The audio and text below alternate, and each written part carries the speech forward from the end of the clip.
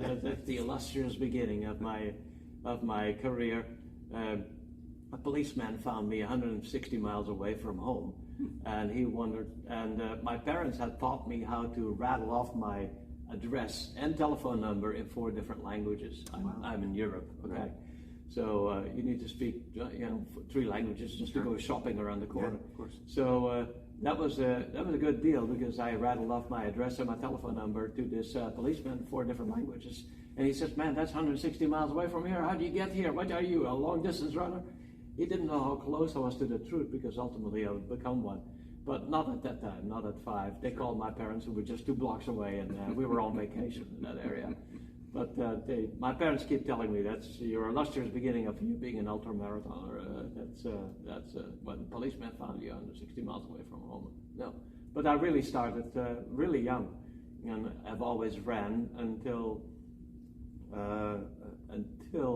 off and on, until I went to high school, and gymnastics. I tell you, in Europe, we don't tilt so high on gymnastics and extracurricular activities. We go to school until 4:30 in the afternoon every day. Beginning of September till the end of June. There's not much time for recreation or for club sports or anything else. So once a week for 1 hour, we have something called gymnastics. So we had these white, very thin shoes, that pure white gym shoes. And that was it. There was no choice. There was no 16 different brands and 15 different trail type of shoes. There was just one shoe. There was your white shoe, white gymnastic shoes.